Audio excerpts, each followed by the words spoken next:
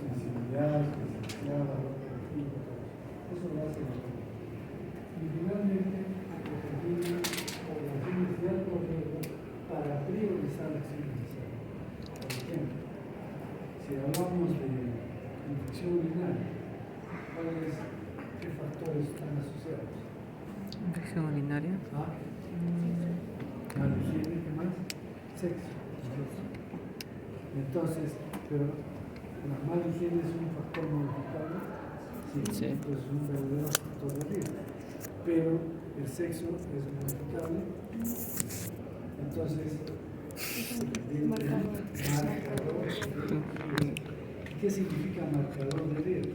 Es a la población en la cual va a aplicar los métodos de modificables. ¿Se dan cuenta?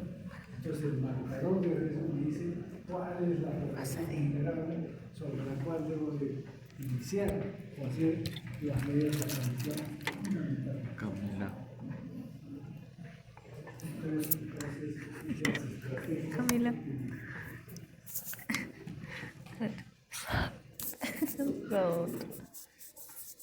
Toma.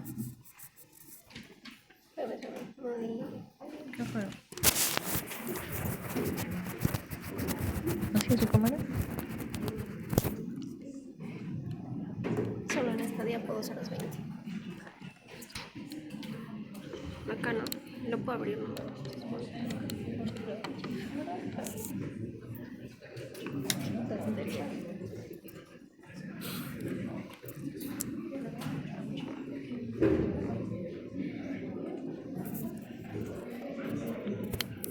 No lo he hecho, así no. Okay.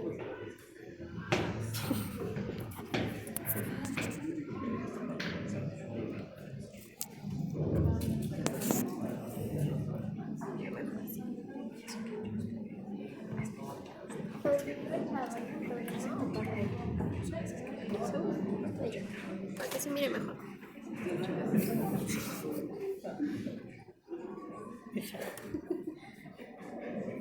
Bien, vamos ahora a hablar de medición. ¿Tienes esos diapos de casualidad? No, visto, siempre hay que hacer medición. ¿Tienes esos diapos? ¿Qué es una medición? Es el proceso de aplicar una escala estándar a una variable continua. ¿Pero qué es una variable?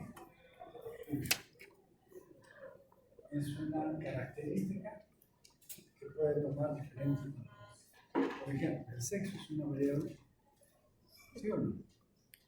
¿Sí o no? Sí, hombres, mujeres. Puede ser hombre, pues ya está tomando diferentes valores. Pero si me voy acá al colegio que está al frente, San Juanes, ¿no? Y comienzo a estudiar a los chicos ahí. ¿El sexo es una variable? No, porque todos son varones. Entonces las variables dependen mucho de su población. Entonces, de acuerdo a la población, pueden encontrar diferentes variables.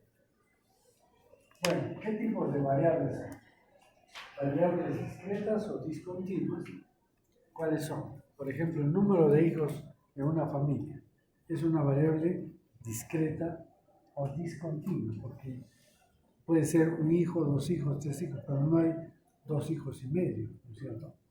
Y 2 hijos un cuarto, no existe. Entonces, es una variable discreta, ¿no es cierto?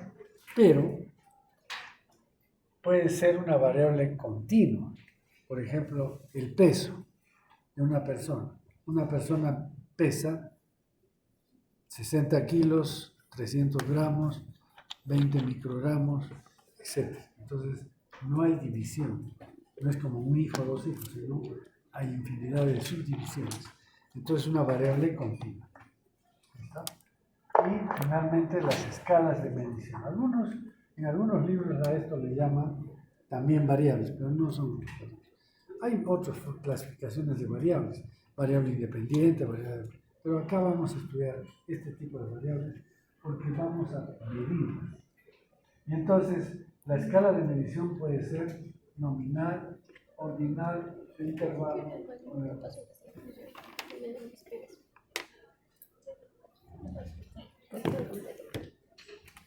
Entonces, por ejemplo, ¿qué es una variable de escala, la escala de medición nominal? Quiere decir que son categorías mutuamente excluyentes. Sexo, por ejemplo, hombre, mujer, ¿no es cierto? Pero hay ordinal, quiere decir que es igual que las nominales, pero ya hay un orden. Por ejemplo, educación primaria, secundaria, superior. Sin embargo, en esta diferenciación no hay un intervalo preciso. ¿Qué quiere decir? Que los que están en secundaria no tienen el doble de conocimiento que los de primaria, ni los de educación superior tienen el triple de conocimiento que tiene uno de educación primaria. No existe un intervalo preciso entre cada categoría. Entonces, por eso es ordinario. Mientras que los que tienen ya un intervalo preciso pueden ser de dos escalas diferentes: intervalo y de razón. En el de intervalo el intervalo es igual. Por ejemplo, si yo tomo la temperatura de un cuerpo, ¿ya? Y me sale 10 grados centígrados, y a otro le tomo la temperatura y tiene 20 grados, ¿qué puedo decir? Que el que tiene 20 grados tiene el doble de temperatura del que tiene 10, ¿no es cierto? O sea, se puede hacer operaciones matemáticas. ¿Por qué? Porque los intervalos son iguales. Entre 1 grado de temperatura y 2, el segundo, siempre en la misma distancia, o sea, el intervalo es el mismo. Entonces, eso es de intervalo. Y de razón, también los intervalos son precisos. Pero ¿cuál es la diferencia? En que en el de intervalo no hay cero absoluto, mientras que en el de razón sí hay un cero absoluto. Por ejemplo, si yo digo que un cuerpo tiene 0 grados centígrados de temperatura, ¿quiere decir que no tiene temperatura? Sí tiene, pero podrá tener -1, -2, etc., ¿no es cierto? Pero si yo digo, voy a tomar una muestra de sangre, por ejemplo, tomo una muestra de sangre, y voy a dosar cocaína, ¿ya? En sangre, y me sale 0. ¿Qué quiere decir? ¿Qué significa ese 0? Que no tiene cocaína, hay ausencia de la característica. Entonces, el 0 para la escala de razón es el 0 absoluto, quiere decir que es ausencia de la categoría, mientras que el otro, en el intervalo, no puede seguir teniendo. Igual que el coeficiente de inteligencia. Pongamos que a alguien le tomamos un examen para el coeficiente intelectual y saca 0. ¿Qué podemos decir? Que tiene 0 de inteligencia. Que no tiene inteligencia, no tiene inteligencia, pero es convencional ese valor. ¿Sí? Perfecto. Entonces, eso es.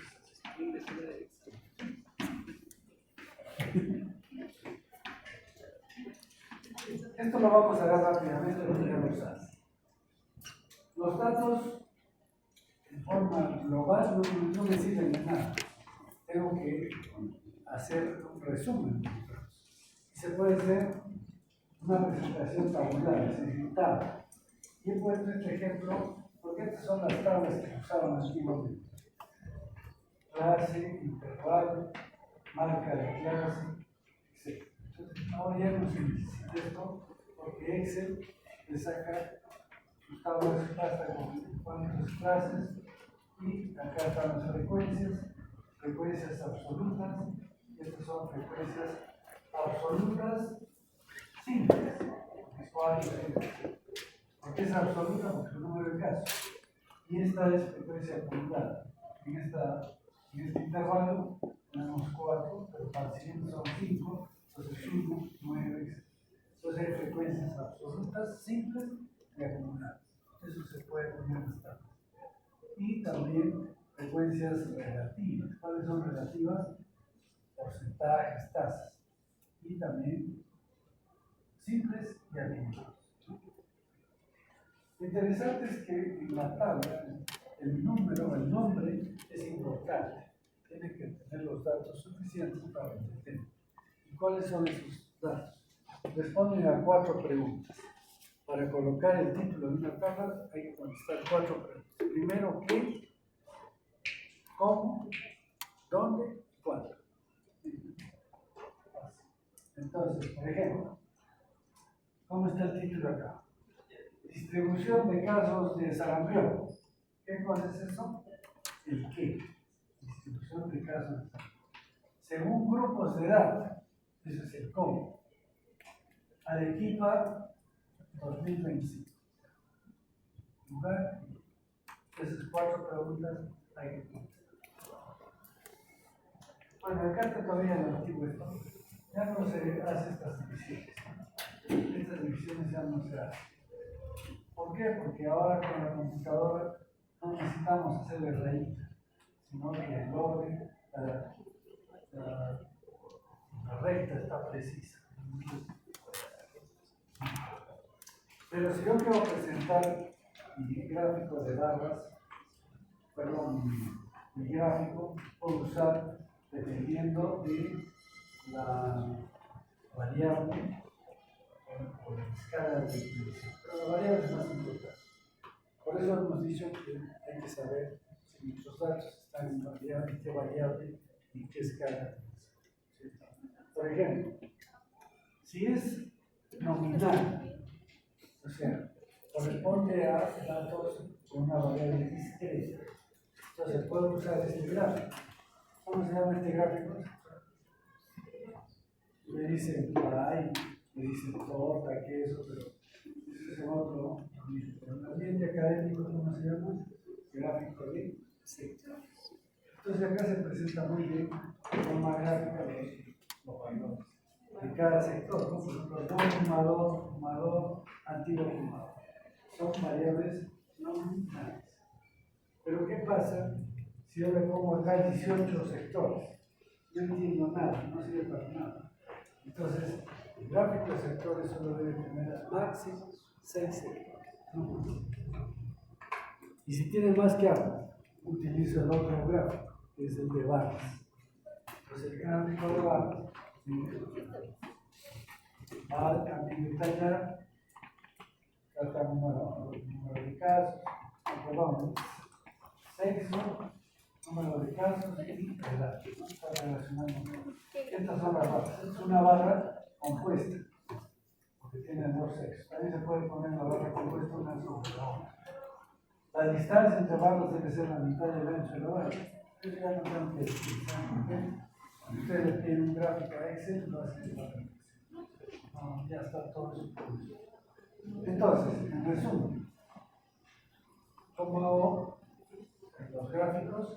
Si es variables nominales u ordinales, uso gráfico de barras o diagrama de barras y el gráfico de sector. Pero si es una variable continua, ¿no? Entonces, ¿cómo represento? La representación de datos de forma gráfica, si es una variable continua. Por ejemplo, estatura de tus alumnos en pulgadas. Ya vean estas barras, ya no están separadas, porque es una variable continua. Entonces, se llama histograma. Y si al histograma le pongo en sus puntos medios de cada barra un punto y uno mediante una gráfica lineal, entonces tengo el polígono de frecuencia. Entonces, el histograma es como estas barras o cajas y el polígono de frecuencias ya es como simplemente línea. Pero en estas, bien, estatura de pulgadas, este es un número especial. Esto es una variable con. No puedo, si es una variable continua, no le puedo poner barras. Y esto también puede ser con valores absolutos, valores relativos, y también puede ser polígonos o histograma de frecuencias simples y aquellas frecuencias acumuladas. Vamos a seguir rápidamente. Bueno, acá empieza ya un poco de complejidad. Todo lo demás lo conoce o lo hace una computadora. Luego tenemos medidas de datos. Entonces, una vez que hemos presentado nuestros datos, tenemos que ordenar nuestros datos en medidas de resumen, porque todos los datos no nos dicen nada. ¿Qué medidas de resumen tenemos? Varias. En primer lugar, medidas de tendencia central. ¿Qué significa esto? Son medidas que se encuentran al centro de una dispersión de datos y que representan a todos los datos. Entonces son medidas de tendencia central. ¿Cuáles son? La moda, por ejemplo. ¿Cómo se calcula la moda? Estos son periodos de incubación de rubiola en 11 niños. Entonces pongo 1, 2, 3 hasta 2. Son 11 niños. Entonces, ¿cuánto es el periodo de incubación del primer niño? 15, 15, 16, 16, 16, 19, 20. ¿Cuál es el valor que más se repite? 16. Entonces, la moda o el modo es 16. ¿Está claro? Esto es una medida muy general que sirve para tener una idea de los datos, pero no es de valor para hacer cálculos estadísticos ni mucho menos. Pero esto es la mediana, también es de tendencia central. ¿Y cómo se calcula la mediana? De todos los datos ordenados de forma creciente o decreciente, el valor central es la mediana. ¿Cierto? Y entonces, en este caso es 16. Pero si queda en este caso son 11 datos, por lo tanto hay uno central. Pero si fueran 10, ¿cuál sería el central? Entonces tendría que ser el promedio entre los dos, ¿no? La semisuma de los dos valores y de esa manera saco la mediana. Pero ¿cuál es lo más importante de la mediana? ¿Para qué sirve la mediana? A ver, vamos a poner un ejemplo. Supongamos que acá todas las mujeres les tomó una muestra de sangre para medir hemoglobina. ¿Ya? Y la hemoglobina que he encontrado, comienzo a colocar así, la persona 1 tiene tanto. Y encuentro que el valor central está en 14. O sea, la mediana de la hemoglobina de todas las que están acá es 14. ¿Qué significa eso? ¿Qué significa ese 14?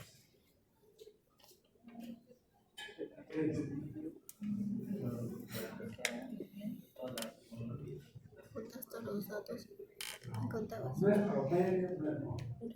Entonces, si digo que la mediana es 14, significa que el 50% de todas las mujeres que están acá tienen 14 o menos de hemoglobina. ¿Sí? Y si quiero al revés, que la que tiene el 50% de todas tienen 14 hemoglobinas o más. O sea, es el punto medio. ¿Está claro? Por ejemplo, si yo quiero, vamos a poner un ejemplo real. Voy a dar tratamiento para la anemia a toda aquella que tenga 12 o menos de hemoglobina. ¿Ya? Entonces, encuentro que la mediana es 12. ¿A cuántos tratamientos tengo que tener? Si el grupo es de 1000 personas, ¿cuántos? 500 tratamientos, ¿sí? Si se entiende ahora. Para eso es la mediana. Pero tampoco se puede hacer operaciones con la mediana. Se puede hacer, pero son fórmulas muy complejas. Ya no tiene sentido ahora. Luego, otra medida de tendencia central es la media o promedio. Eso es fácil de calcular. Es la sumatoria de las frecuencias entre ellos. Es el número. tamaño de la muestra. Pero no tienen ya que preocuparse de esto. Colocan sus datos en Excel y al final le piden quiero el promedio, quiero la mediana, quiero la moda, todo les da. Entonces, lo que me interesa es saber para qué sirve el promedio. El promedio sirve en primer lugar para hacer cualquier tipo de pruebas. Es un valor importantísimo. Es el que más se utiliza. Pero este promedio puede, digamos, a veces esconder datos, porque es un valor central. Cuando los datos están muy dispersos, este valor central casi como que no funciona. Ahorita vamos a ver. Entonces, esa es la media o promedio. ¿Qué es la distribución normal? La distribución normal es esta. Quiere decir que los datos están simétricamente distribuidos en relación a un valor central. ¿Cuál es ese valor central? El promedio de la media. Entonces, es una distribución normal cuando está así. Pero si tiene un sesgo acá para la izquierda, un sesgo para la derecha, ya no es una distribución normal. Hay una forma de calcular si es normal o no, que coincida la media, la moda y la media. Si las tres coinciden, lo más probable es que sea una distribución normal. Pero si no, ya está sesgada hacia la derecha.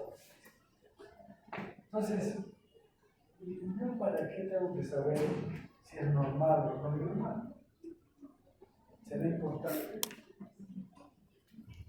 Las pruebas estadísticas se llaman paramétricas o no paramétricas.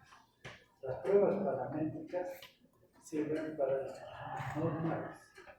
Y para distribuciones no paramétricas, tenemos que utilizar otras pruebas. Ahí está la utilidad de saber si es una distribución normal o no. Entonces, por ejemplo, yo quiero saber si es normal, ¿qué hago? Calculo la media, la mediana y la moda, ya más o menos quiero saber. Pero hay un programa en la computadora para el cálculo de la normalidad y le va a dar valores que se llaman ortosis para ver si está desviado a la izquierda, ¿no? O si es un valor, una distribución normal. ¿Listo? Bien, estas son medidas de tendencia central. Pero ahora vamos a medir o tener medidas de dispersión. O sea, ¿qué son las medidas de dispersión? Me van a decir cuán dispersos están los datos en relación al valor central. ¿Por qué? Porque si una dispersión es mínima, quiere decir que todos los datos más o menos coinciden. Entonces eso es bueno porque se trabaja mejor. Pero si los datos están muy dispersos, hay muchos errores que se pueden cometer. Bien, entonces hemos dicho que hay dos medidas, hay varias medidas, vamos a ver dos. La varianza y la desviación estándar. En realidad son similares, la varianza se da en poblaciones y la desviación estándar en muestras. Entonces, ¿qué cosa es la varianza? Es igual a la desviación estándar al cuadrado. Entonces, ¿qué será la desviación estándar? La raíz cuadrada de la varianza. O sea, es lo mismo. Pero bien, ¿para qué sirve esto? Bien, acá esto sí tiene que tener una atención especial. ¿Saben por qué? Porque si no entienden esto, no van a entender la estadística. O sea, la interpretación de la estadística.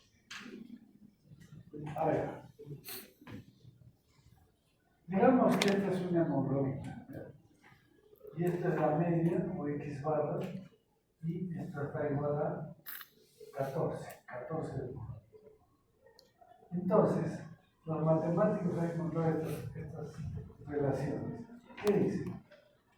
Si a la X barra, al promedio, le sumo y le resto una desviación estándar, voy a tener allí, en esa área, el 68% de los datos. 68% de los datos. Pero ¿qué pasa si yo a la media le sumo o le quito dos desviaciones estándar? ¿Qué porcentaje de los datos voy a tener? 95%. Y si a la media le sumo y le quito tres desviaciones estándar, voy a tener el 99.7% de los datos. Claro.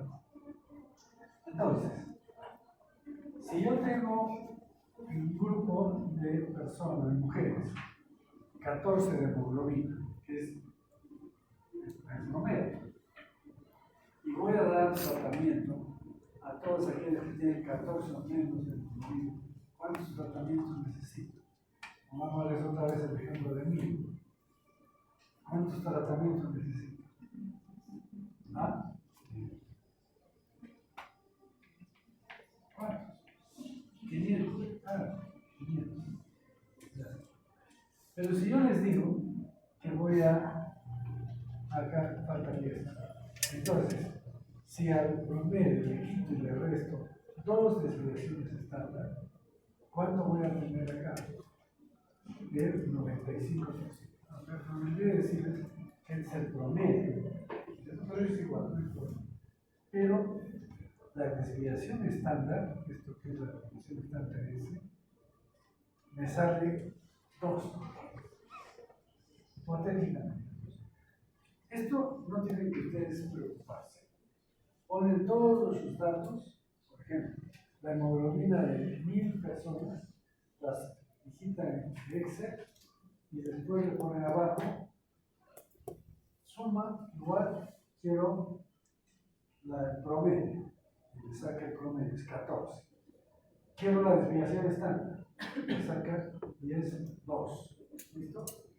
Entonces, si al promedio le aumento y le quito 3 desviaciones estándar, acabo de tener 99.5%. Esto es lo que está ahí, ¿cierto? Entonces ya, dijimos, si voy a dar tratamiento a todos los que tienen 14 o menos, ¿cuántos tratamientos necesito? ¿Cierto? Pero si yo les digo que esto, ¿cuánto sería? Esta es la media más 2. Esto es una desviación estándar. ¿Cuánto sería acá? Si esto es una desviación estándar, tengo el promedio y le quito y le sumo una desviación estándar. Entonces, ¿pero qué valor toma este? Este es 14. ¿Cuánto sería acá? Más el 30% de 12. Y acá 16. ¿Por qué? Porque el valor de la desviación estándar es 2. Mejor dicho, es 2. Claro. Pero en el primer caso, tengo que sumar y restar una desviación estándar. ¿Cuánto vale cada desviación estándar? 2. Entonces, 14 más 2, 16. 14 menos 2, 12. Esta área, ¿cuánto vale? 68%. ¿Cierto? Entonces, si yo les digo que voy a dar tratamientos a aquellas mujeres que tienen 12 o menos de hemoglobina, ¿cuántos más tratamientos necesito?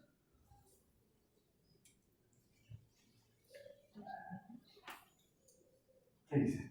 Es sumas y restas, no es nada complicado. Entonces voy a dar tratamiento no a los que tienen 14, porque si tuviera a las 14 o menos serían 500 tratamientos, ¿no es cierto? Pero voy a dar tratamiento solamente a los que tienen 12 o menos de hemoglobina. ¿Cuántos tratamientos necesito? ¿Qué me dices?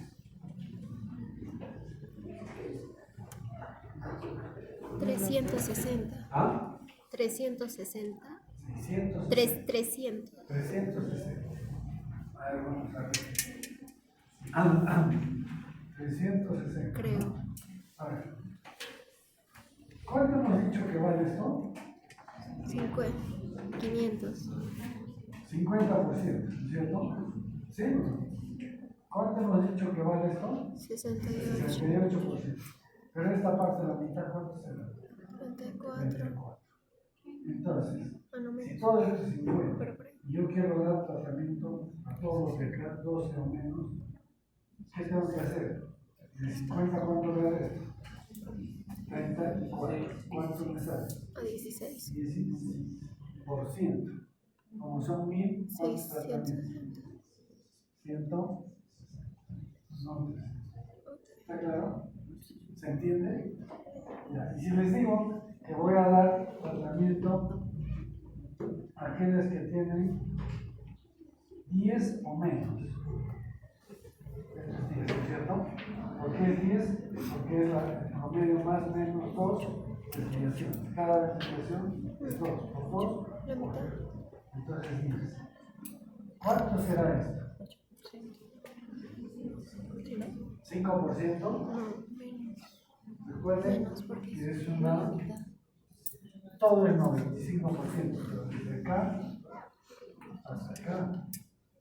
Entonces, ¿cuánto será para cada lado? La mitad del 5%. ¿Cuánto es? 2.5. ¿Y 2.5 de 1000 cuánto es? 25.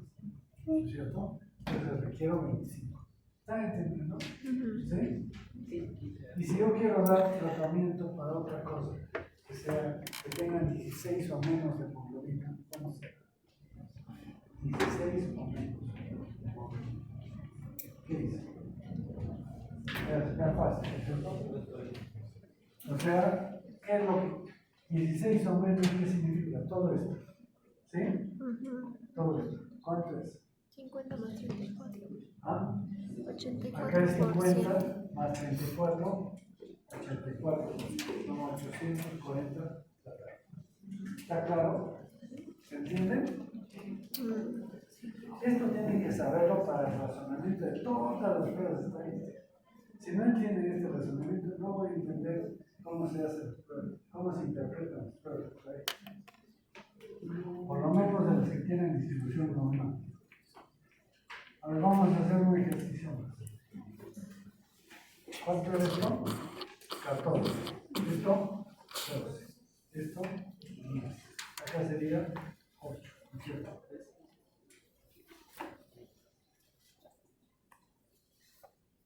Entonces, yo les digo, quiero saber cuántos tratamientos necesito, si es que voy a dar tratamientos a los que tienen 11 o menos de hemoglobina. ¿Cuántos serán? ¿No? Voy a dedicar las tristes.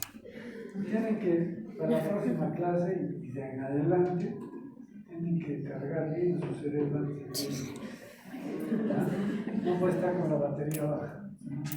Van a morir, ¿no? En medio de acá para acá es 50%. ¿Cuánto es? ¿No es cierto? Se supone que esto es. ¿Cuánto era esto? Menos de 12, ¿cuánto será? 160, ¿no es cierto? ¿Sí? ¿Y acá cuánto era?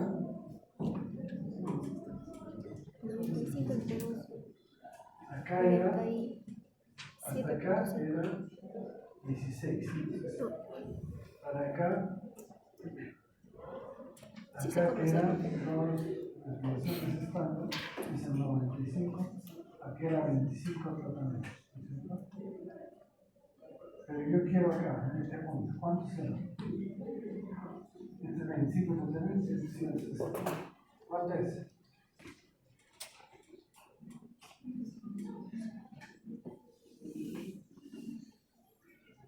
Por gusto se rompe el cielo. ¿Ah? No, no se puede, porque ¿saben qué?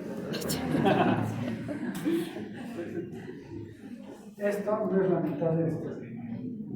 ¿Se dan cuenta? Es un área. Acá abajo sí es la mitad, pero acá arriba es un área. Y entonces el área no se puede. Entonces, ¿qué tenemos que hacer? No, para todo se puede. Hay que ser más esfuerzo. Es la prueba T-Student. Con la prueba T-Student se puede calcular exactamente. Eso lo vamos a ver. Pero para estos valores ya estándar sí se puede tener el mismo. Bien. Entonces ya hemos visto las primeras medidas de dispersión, ¿cuáles son? Varianza y desviación estándar. Ya hemos visto partes. Otras medidas de dispersión son la amplitud o rango. También me dice cuál dispersos están los datos. ¿Por qué? Porque me pone el valor mínimo y acá el valor máximo.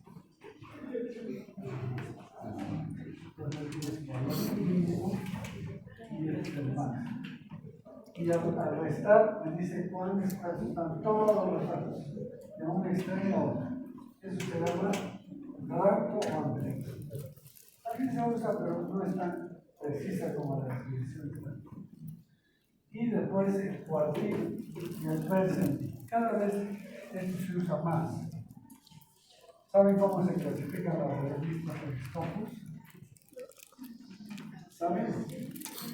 ¿No saben? por cuartiles, ¿cierto?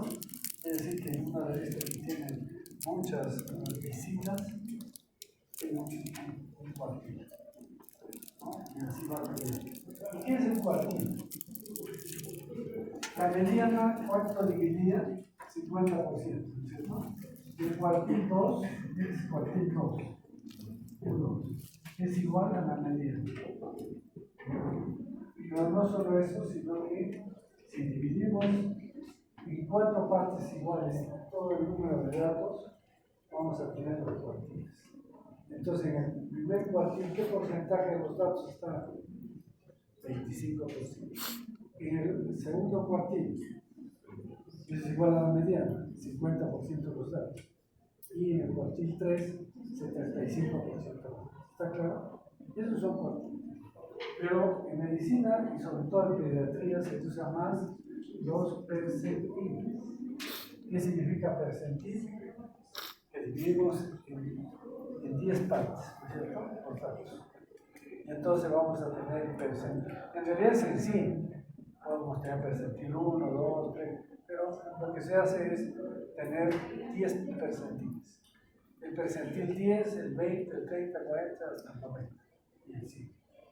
Entonces, si decimos que un niño está, en cuanto a su peso, está en el percentil 10, ¿qué decimos de ese niño? ¿Cómo está? Delgado. ¿Está bien o está mal? ¿Ah? ¿Qué dice? Percentil 10. ¿Qué quiere decir esto? Que solamente el 10% de los niños, ¿no?, están entre esos rangos de peso. O sea que son pesos muy. Si vemos la curva normal, en un extremo, para este lado para acá, depende de cómo lo vean, entonces hay 10%. O sea que es un extremo de la distribución. Quiere decir que esos niños están muy desnutridos, ¿cierto? Y entre más estén al centro, mejor. Y si están en el percentil 90, ¿qué significa? Que solamente el 10% está, mejor dicho, el 90% está por debajo de ellos. Entonces, quiere decir que tienen muy buen peso. De repente ya es exagerado, ¿no? Están pesos. Pero hay cosas, por ejemplo, la talla, que es mejor que esté más grande, ¿cierto? Entonces, un niño está en el percentil 90, va a ser la tasa, ¿cierto? Pero si está en el percentil 10, va a ser. Entonces, pero eso es para controlar su crecimiento, su desarrollo fondo estatura. Entonces, los percentiles se usan mucho, siempre tienen que saberlos interpretar. ¿Listo? Entonces, esas son medidas de dispersión. ¿Ya se acabó la hora? Sí. Entonces, ahí nos quedamos. Ya vienen medidas de